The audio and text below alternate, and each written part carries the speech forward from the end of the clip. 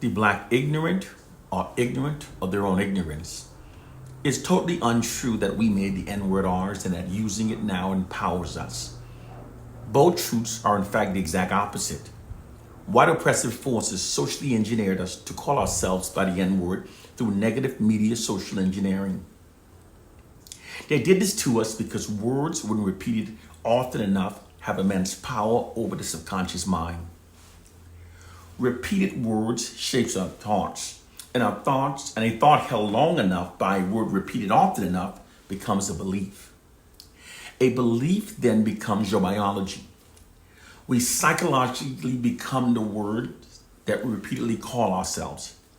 This is why men that call themselves thugs are more likely to engage in a fight than to avoid one.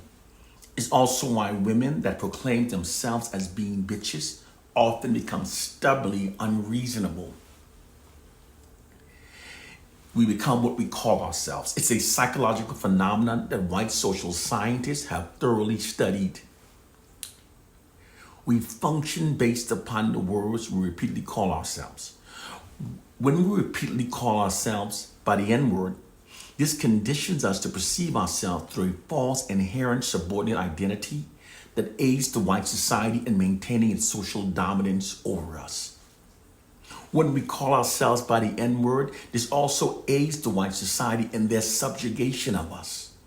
Because to subjugate and control a targeted population, the first step is to neutralize their alpha male, aka those possessing warrior spirits. These are the males among us that are psychologically wired to protect their communities and their women. White social scientists neutralize black alpha males by socially engineering millions of us to self-identify ourselves by the N word. Doing so psychologically conditioned the black alpha male to accept a false inherent subordinate identity, and therefore we adhere to a inferior status within the white society.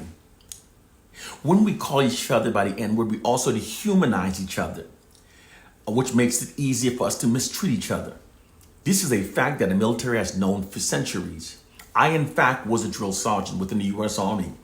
My training manuals ensured that we drill sergeants never referred to the opposing force as peoples or humans.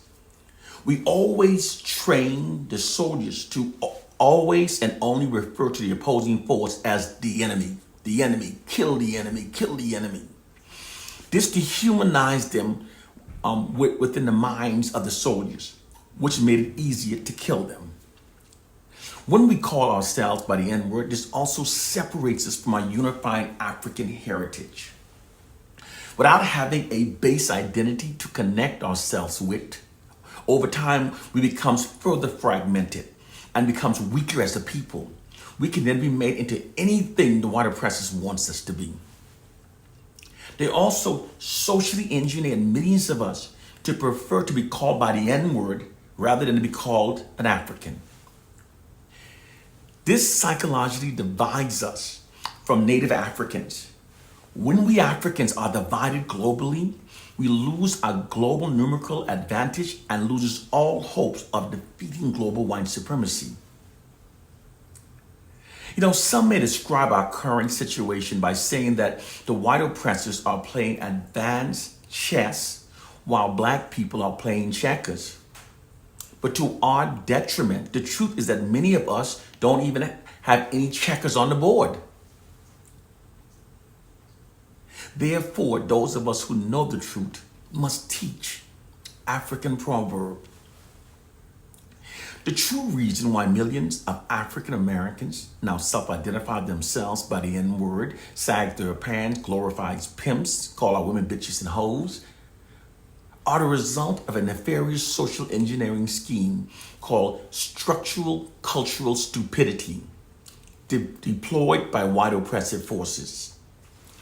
This is not some feeble-minded attempt at scapegoating that attempts to absolve ourselves of our own responsibilities by wrongly blaming white people, as so many have been brainwashed to believe. It's the absolute truth. Here's how to create a culture of stupidity amongst a targeted population. You first strip the targeted population of their true history, culture, knowledge, and identity of themselves. Then you constantly and systematically feed idiotic ideologies into their communities. You then provide a national platform to those amongst them that have accepted the idiotic ideology. These are the ones that are ignorant, naive, and gullible. This elevates the idiotic ideologies. And you deny a national media platform from the intelligent ones that rejects the idiotic ideologies.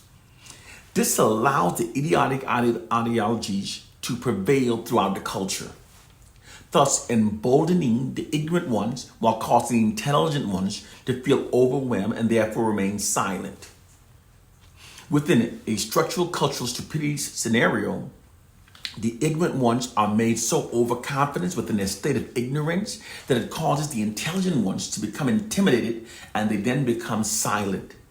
This silence allows the ignorant ideologies to become normalized within the culture, creating a culture of stupidity.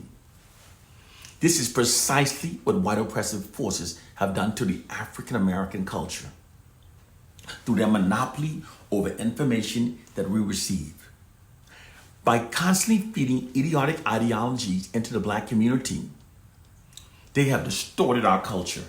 There are, in fact, countless millions of African Americans that detest the N-word and know that it's also stupid to sag our pants, to glorify pimps, to call them bitches and hoes.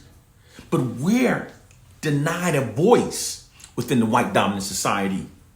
They only provide a national platform to only the ignorant ones who have accepted those idiotic ideologies.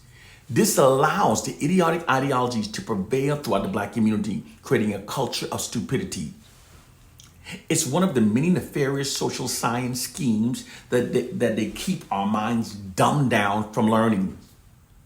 Because they socially engineered us to be religious, we are therefore easy victims of those who have instead studied how to hijack the group minds of targeted populations.